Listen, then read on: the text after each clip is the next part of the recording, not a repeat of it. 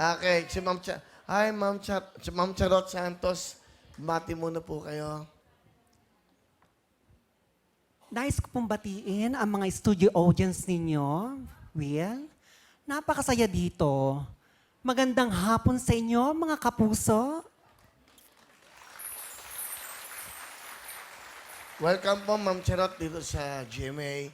Yeah, Nandun ka sa kabilang kanto. Buti naman, napayagan po kayo dito. it's nice to be here again, Will.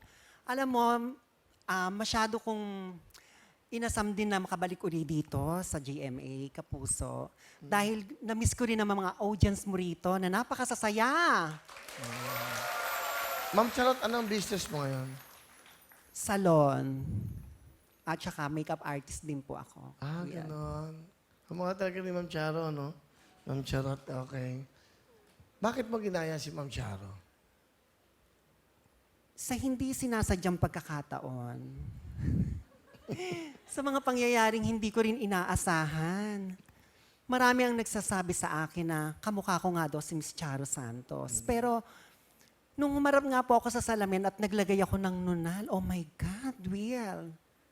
Kuhang-kuha ko ang mukha niya. Para akong isinerox.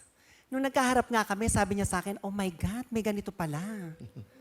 Magkamukha kami para akong nananalamin. Alam, gusto mo sabihin kay Ma'am Charot. Kay Ma'am Charo.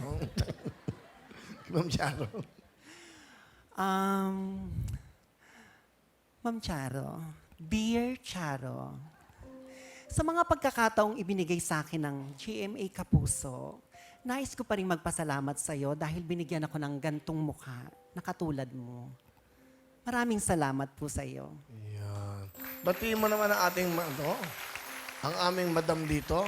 Madam Mel Chaco ng Magpakailanman. Nanonood ngayon. Kasi after ito, napapa-makeup Opo, ngayon. Miss Mel Chanco, alam niyo po, gusto rin ko po kayong makaharap ng personal. Nais ko po kayong batiin.